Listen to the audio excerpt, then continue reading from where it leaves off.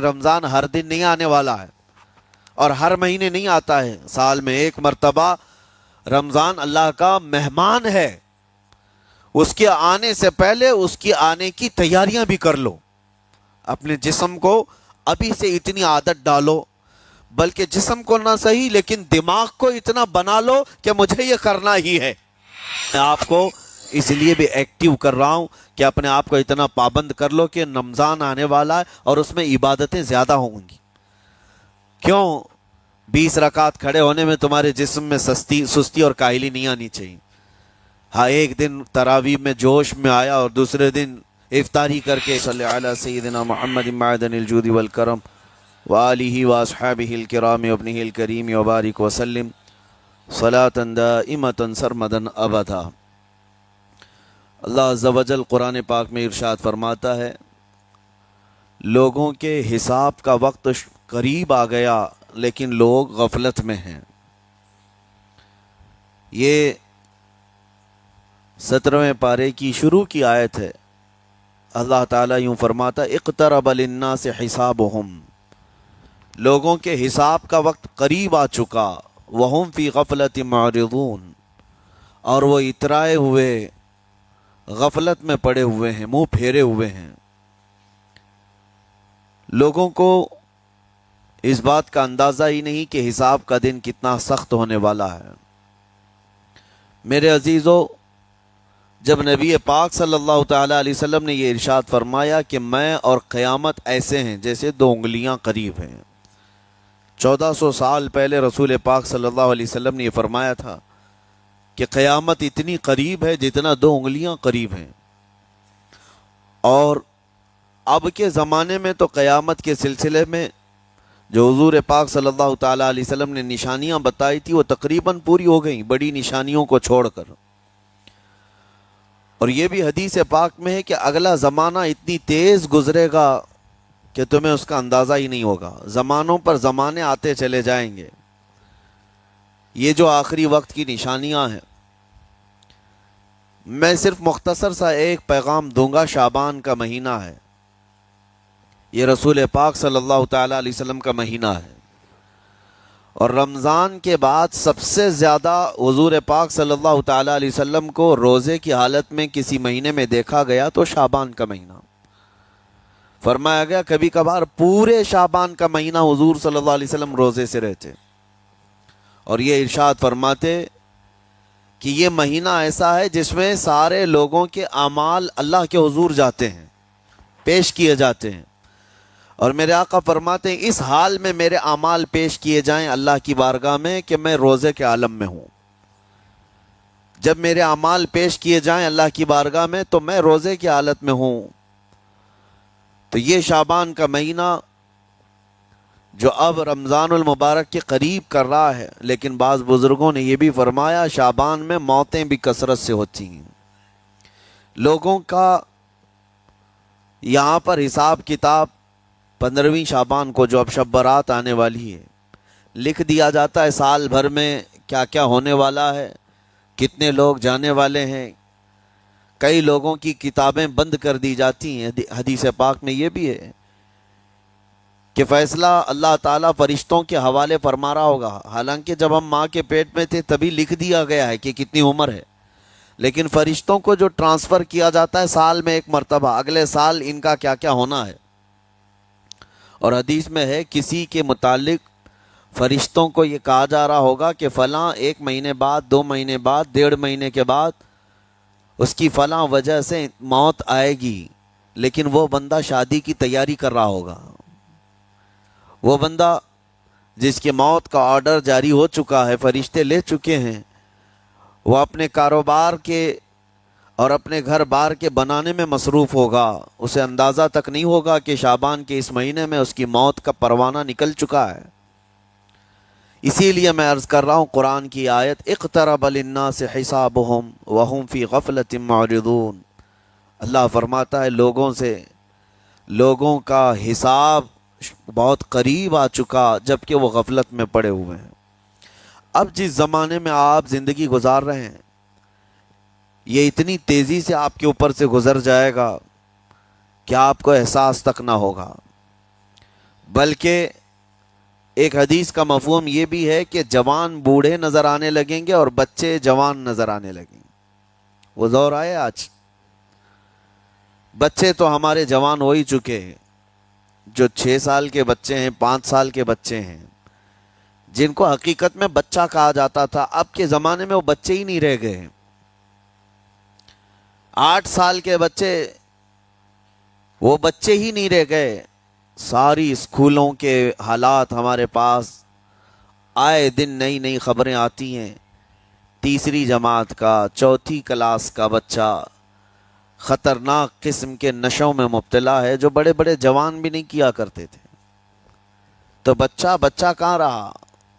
حضور پاک صلی اللہ تعالیٰ علیہ وسلم نے فرمایا تھا بچے جوان لگیں گے اور جوان بوڑھے۔ اور جوانوں کی حالت یہ ہے کہ سارے مزے اپنے بچپن میں اتنے کر لیے کہ جوانی میں طاقت ہی ختم ہو گئی۔ 25 سال کی عمر میں ایسے لگتے ہیں جیسے کہ بوڑھاپا آ گیا، کمزوریاں آ گئیں۔ 30 سال پہلے کے دور میں 40 سال کو بھی جوانی کہا جاتا تھا، اب کے دور میں 40 سال تو بڑھاپا ہو گیا۔ 30 سال کی عمر کے بعد آج کے نوجوانوں کے جواب دینے لگ جاتے ہیں۔ اس کی وجہ یہ ہے کہ بچپن میں اپنے آپ کو برباد کر لیا، بچپن میں اپنے آپ کو ختم کر لیا۔ تو جو بچپنا تھا اس کو جوانی میں بتا دیا، اور جو جوانی ہے وہ بڑھاپے میں۔ اور جو بوڑھے اصل بوڑھے ہیں، جن کو 60-70 سال کی عمر ملی ہوئی ہے، یہ اللہ تعالیٰ کی طرف سے ان کے لیے نعمت ہے۔ باقی قیامت کے قریب جو حالات ہیں وہ اس طرح کے ہیں۔ اور مزید میں آپ کو یہ بھی بتا دوں کہ زمانہ ترقی کرتے کرتے تمہیں ایسا سست اور کاہل بنا دے گا کہ تم کوئی کام کے لائق بھی نہیں رہ جائیں گے۔ بہت ساری چیزیں ہم سے رخصت ہو رہی ہیں، ہمیں اندازہ بھی نہیں۔ ابھی کل ہی میں ذکر کر رہا تھا، ابھی 10 سال پہلے، 20 سال پہلے جو چیزیں ہمارے آنکھوں کے سامنے موجود تھی وہ اب غائب ہو چکی ہیں۔ خالی وقت اسے ملے تو نشہ بھی یاد آ جائے، خالی وقت اسے ملے تو عورتوں کی طرف میلان بھی بڑھ جاتا ہے، خالی وقت اسے ملے تو اس کو دولت لٹانے اور عیاشی کرنے کی فکر بھی سوار ہونے لگتی ہے۔ اپنے آپ کو کسی چیز میں مصروف کر لے، اور سب سے بہترین مصروفیت کیا ہے؟ اللہ اور اس کے رسول کا ذکر پاک ہے۔ یہ سب سے بہترین مصروفیت ہے کہ تم نے اپنے آپ کو اس میں مصروف کر رکھا تو اللہ تعالیٰ دنیا کی تمام مصروفیتوں سے تمہیں آزاد کر دے گا، برائیوں سے آزاد کر دے گا۔ قرآن میں رب تعالیٰ فرماتا ہے وَقَالُوا حَسْبُنَا اللَّهُ وَنِعْمَ الْوَكِيلُ، جنہوں نے یہ کہا ہمارا رب ہمارے لیے کافی ہے، ہمارا اللہ ہمارے لیے کافی ہے، اور کیا ہی بہترین مددگار ہے، کیا ہی بہترین وکیل ہے جس نے یہ کہا۔ اللہ فرماتا ہے اس کے فوراً بعد آیت آئی فَانْقَلَبُوا بِنِعْمَةٍ مِّنَ اللَّهِ وَفَضْلٍ لَمْ يَمْسَسْهُمْ سُوءٌ، اللہ ان لوگوں کو اپنی خاص نعمتوں میں لے جائے گا، ایسی جگہ جہاں کوئی برائی انہیں چھو بھی نہ سکے گی۔ جنہوں نے اللہ کی بارگاہ میں یہ کہا حسبنا اللہ ونعم الوکیل، آگے بھی ہے دوسری آیت ہے نعم المولا ونعم النصیر، جس نے یہ کہا اللہ فرماتا ہے ان بندوں کو اللہ اپنی خاص نعمتوں میں لے جائے گا اور فضل میں لے جائے گا، ایسی جگہ لم یمسسہم سوء، جہاں انہیں کوئی برائی چھو بھی نہ سکے گی، کوئی برائی نہ آ سکے گی۔ اسی لیے کثرت سے اپنے آپ کو مصروف رکھو۔ یہ جو محافل ہماری ہو رہی ہیں اللہ کرے کہ ہمیشہ قائم رہیں۔ ہم ہفتے میں 1 مرتبہ ذکر کی مجلس میں آتے ہیں اپنے دل کو اللہ تعالیٰ کی یاد سے معمور کرنے کے لیے۔ ویسے کھانا تو دن میں 3 مرتبہ اور کوئی تو 5 مرتبہ کھاتے ہیں۔ اپنے جسم کا بھرپور خیال رکھا جاتا ہے، ہماری روح کے خیال کے لیے ان مجلسوں میں آنا ضروری ہے۔ یہ مجلسوں کی پابندیاں، اور اگر آپ اس کو ہی یہ سمجھ کر نہ چلیں کہ ہم نے ایک بار ہفتے میں ذکر کر لیا تو اب کافی ہے، ہماری گاڑی بھی جو ہے پیٹرول بار بار مانگتی ہے، اس کو جس طرح سے چلاتے ہیں اس طرح سے اس کی خواہش بھی ہے۔ روزانہ گاڑی کو اگر کہیں کھڑی کر رکھیں تو زیادہ پیٹرول نہیں لگے گا، لیکن چلتی رہے تو بار بار پیٹرول کی ضرورت ہے۔ ہم میں سے ابھی کوئی ایسا نہیں ہے جو بستر پر پڑا ہوا ہے، ہر کوئی چل رہا ہے، پھر رہا ہے، دنیا میں مصروف ہے۔ تم اپنے کھانے پانے بھی کر رہے ہو، لوگوں سے ملاقات بھی کر رہے ہو، اس کا مطلب ہے تمہاری گاڑی چل رہی ہے اور اس کو پیٹرول بار بار چاہیے، اور یہی جو ایندھن ہے، یہ پیٹرول ہے، اس کا کام یہ اللہ تعالیٰ کا ذکر کرتا ہے۔ تمہارے جسم کو بیلنس رکھنے کے لیے، تمہاری فکروں کو بیلنس رکھنے کے لیے، تمہارے دماغ کو صحیح سلامت ایک نہج پر رکھنے کے لیے یہ ذکر کی محافل قوت دیتی ہیں۔